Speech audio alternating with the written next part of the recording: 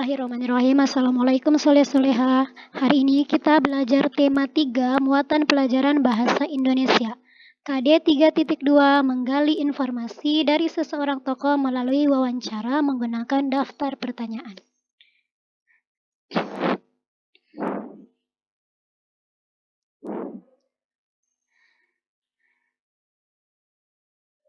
Wawancara adalah kegiatan tanya-jawab antara pewawancara dan narasumber yang dilakukan untuk memperoleh informasi secara rinci tentang suatu hal atau peristiwa.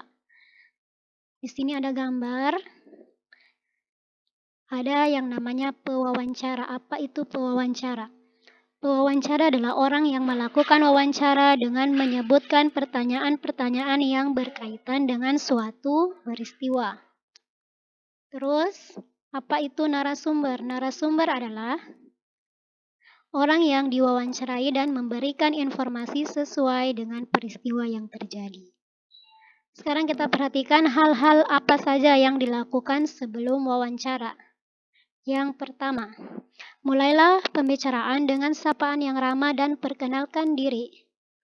Langkah kedua, ajukan pertanyaan dengan jelas menggunakan bahasa yang santun. Yang ketiga, catatlah jawaban yang dijelaskan oleh narasumber. Dan yang keempat, akhiri wawancara dengan baik dan menyenangkan.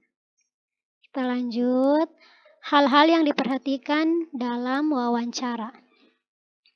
Yang pertama, pertanyaan yang diajukan sebaiknya memakai kalimat yang efektif dan mudah dipahami.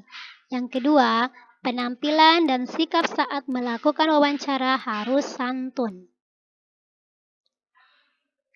Sekarang, kita juga harus memperhatikan hal-hal yang harus dilakukan setelah wawancara. Apa itu? Yang pertama, mohon diri. Yang kedua, ucapkan terima kasih. Jadi setelah melakukan wawancara, kita harus mengucapkan terima kasih. Yang ketiga adalah permohonan maaf. Kita lanjut ke cara membuat pertanyaan. Yang pertama itu buatlah pertanyaan atau pertanyaan yang diajukan saat wawancara bertujuan untuk menggali informasi secara rinci tentang suatu hal atau peristiwa.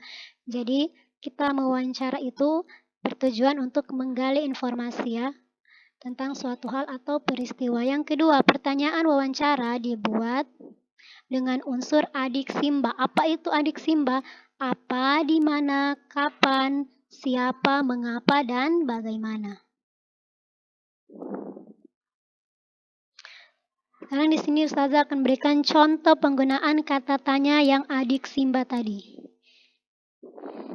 Yang pertama kata apa. Contohnya, apa itu? Kata apa digunakan untuk menanyakan hal atau peristiwa yang terjadi. Contohnya, apa hewan yang Bapak pelihara? Terus, berapa?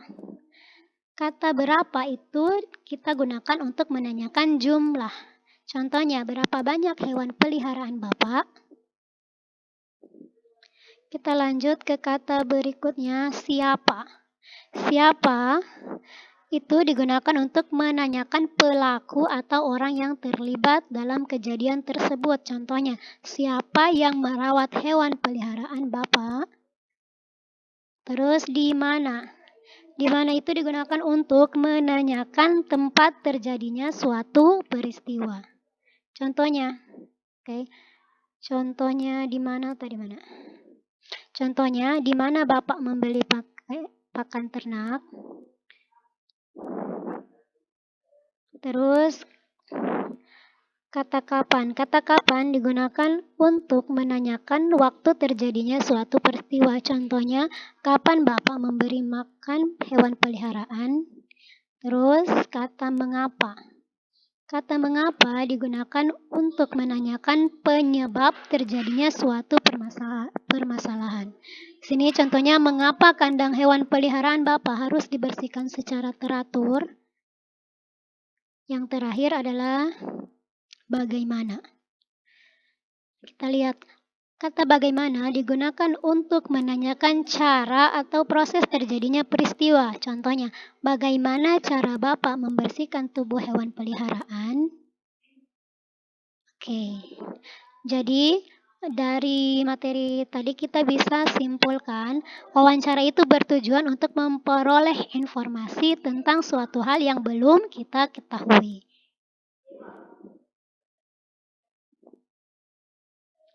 Di sini Ustazah beri tugas, silakan kalian membuat pertanyaan dengan menggunakan unsur adiksi Mbak, yaitu apa, di mana, siapa, kapan, mengapa, dan bagaimana tentang hewan peliharaan.